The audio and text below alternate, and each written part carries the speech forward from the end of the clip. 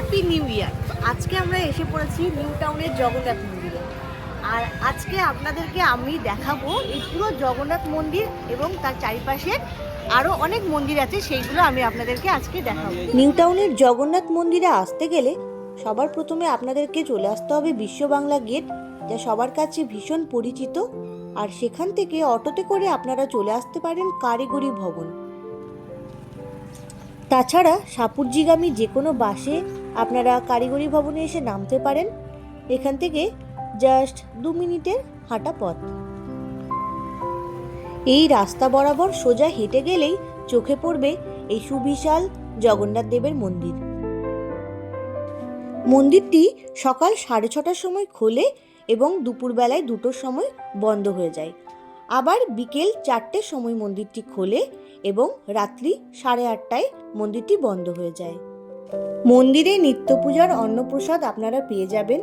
তাছাড়া 100 টাকার কুপনের বিনিময়ে মন্দিরে প্রসাদও গ্রহণ করে নিতে পারেন।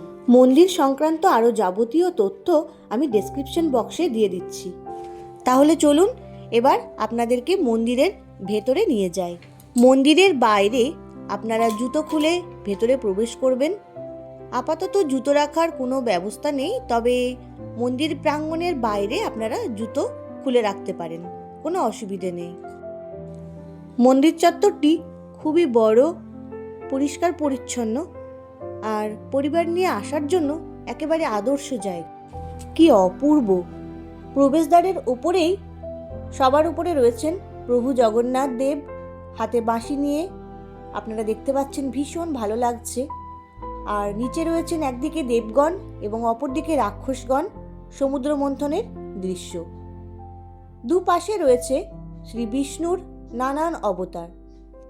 মন্দিরের দেওয়ালের গায়ের এই ধর্মীয় চিত্র মন্দিরের সৌন্দর্য যেন বহু গুণে বাড়িয়ে তুলেছে।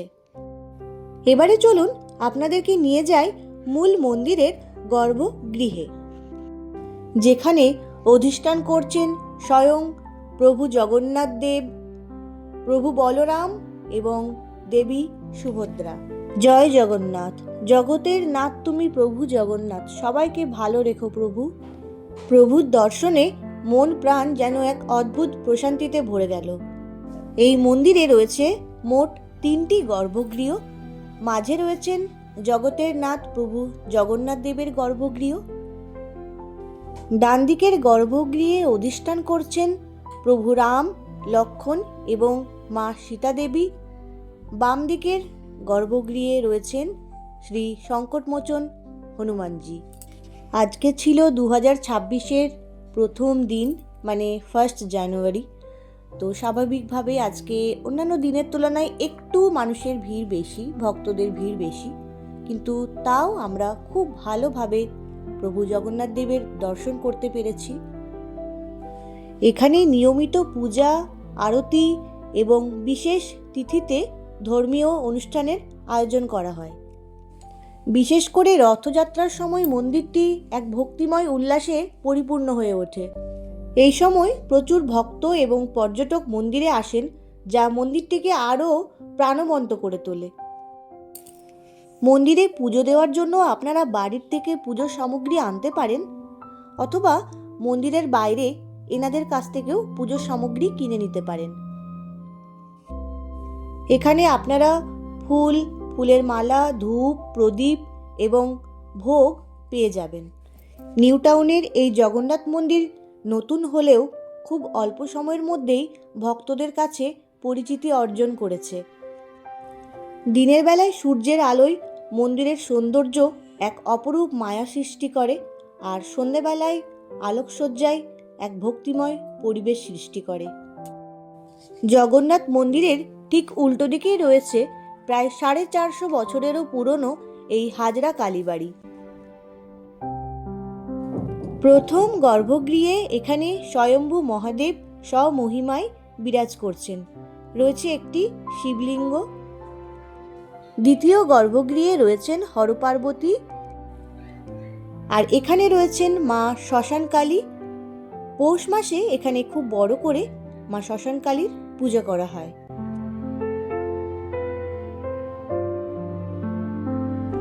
হাজরা কালী মন্দিরের পাশ দিয়েই গেলেই আপনারা দেখতে পাবেন বনবিবির মন্দির। একটু এগিয়ে যেতে হবে, বাঁদিকে এই দোকানগুলো আপনাদের চোখে পড়বে, যেখান থেকে আপনারা ঠাকুরকে ভোগ দেওয়ার জন্য ফুল, ধূপ, প্রদীপ, বিভিন্ন ফলমূল এগুলো কিনে নিতে পারবেন। এখান দিয়ে সোজা হেঁটে গেলেই এই যে মন্দিরটির দেখা যাচ্ছে, এটাই হচ্ছে বনবিবির মন্দির। একই জায়গায় আপনারা 4টি মন্দির এখানে দেখতে পাবেন। প্রথম জগন্নাথ মন্দির, হাজরা কালী মন্দির, তারপর এই বনবিবির মন্দির, আর এরপর আমি আপনাদেরকে দেখাবো রাধাকৃষ্ণের মন্দির। আসুন বনবিবিকে দর্শন করি। ভীষণ সুন্দর, মনে এক অদ্ভুত শান্তি লাগলো দেবীকে দর্শন করে। গর্ভগৃহের দরজাটি বন্ধ ছিল, তাই ভিডিওটি একটু আবছা এসেছে। ভীষণ ভালো মন্দিরের কারুকার্য। হাজরা কালীবাড়ির ঠিক সামনেই রয়েছে এই রাধা মাধবের মন্দির। এই মন্দিরটিও দেখার মতো, ভীষণ শান্তি পেলাম মনে। বছরের প্রথম দিনটা যে এত ভালোভাবে কাটাতে পারবো তা সত্যিই ভাবতে পারিনি। এখানে বিশাল বড় জায়গা, তাই পার্কিংয়ের কোনো অসুবিধে নেই। আপনারা অনায়াসে 2 হুইলার 4 হুইলার নিয়ে এখানে চলে আসতে পারেন, আর আপাতত পার্কিং ফিজ নেই। আজ এই পর্যন্তই। আশা করি কিছুটা হলেও ইনফরমেশন আপনাদের কাছে পৌঁছে দিতে পেরেছি। ভিডিও ভালো লেগে থাকলে চ্যানেলটিকে সাবস্ক্রাইব করে পাশে থাকবেন, লাইক কমেন্টস করবেন। ভালো থাকবেন।